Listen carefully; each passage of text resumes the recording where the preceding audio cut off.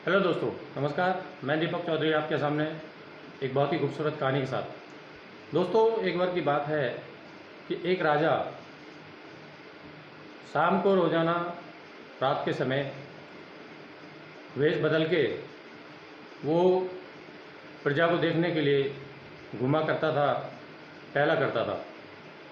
तो एक दिन वो घूमते घूमते एक गांव में पहुंचा और वहाँ पे छुप के देखने लगा कि एक व्यक्ति राजा का वेश बनाए हुए है और बाकी लोग सभी सभासद का रोल कर रहे हैं।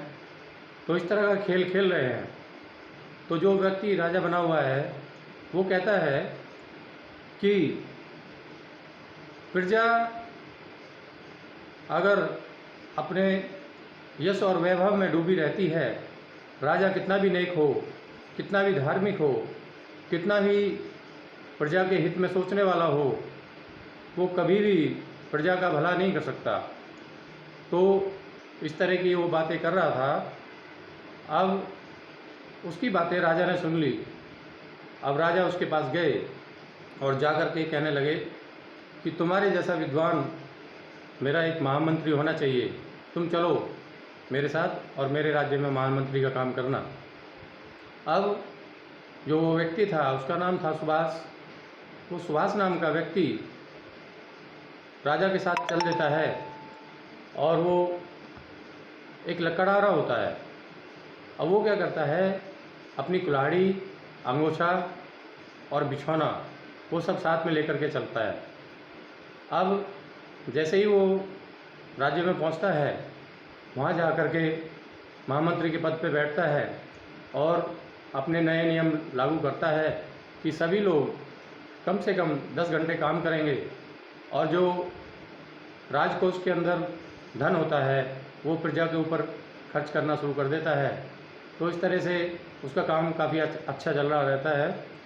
तो जो बाकी के सभासद हैं वो उस सुभाष के पीछे लग जाते हैं और सोचते हैं कि इसके ऊपर कोई आरोप लगा करके इसको हटाया जाए।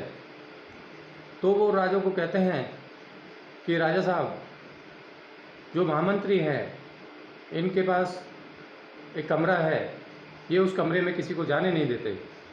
तो हमारी आशंका है या शंका है कि इनके पास कुछ इतना धन है कि इन्होंने उस कमरे के अंदर छुपा के रखा है। अब राजा कहता है ठीक है, मैं तुम्हारे साथ इसको देखने के लिए चलूँगा। अब राजा सभी सभासदों के साथ में जो महामंत्री है उसके कमरे की तलाशी लेने के लिए वहाँ पहुँच जाते हैं और जाकर के महामंत्री के कमरे की तलाशी लेने लग जाते हैं। तो महामंत्री खुद ही अपने कमरे का दरवाज़ा खोलते हैं और कहते हैं ठीक है राजा साहब, तलाशी लीजिए। अब वहाँ पे जाके देखते हैं तो एक कुल्हाड़ी और एक अंगोछा और एक बिछौना वो सब लकड़हारे के थे। अब लकड़हारा उनको उठा लेता है सुभाष और उनको उठा करके कहता है अब मेरा यहाँ कोई काम नहीं है।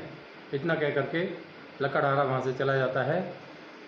तो जो राजा इस तरह के सभासदों के चक्कर में आकर के महामंत्री व अपने पे शक करता है, वो अपने बहुत अच्छे महामंत्री को अपने हाथों से खो देता है। तो इस तरह से दूसरे की बातों में आकर के कोई भी राजा हो या कोई भी व्यक्ति हो, कोई ऐसा कदम नहीं उठाना चाहिए जिससे कि वो अपनी अनमोल चीज़ को खो दे। दोस्तों, मैं उम्मीद करता हूँ ये कहानी आपको पसंद आई होगी। अगर ये कहानी आपको पसंद आई है तो आप इसको लाइक कीजिए और आप हमारे चैनल को सब्सक्राइब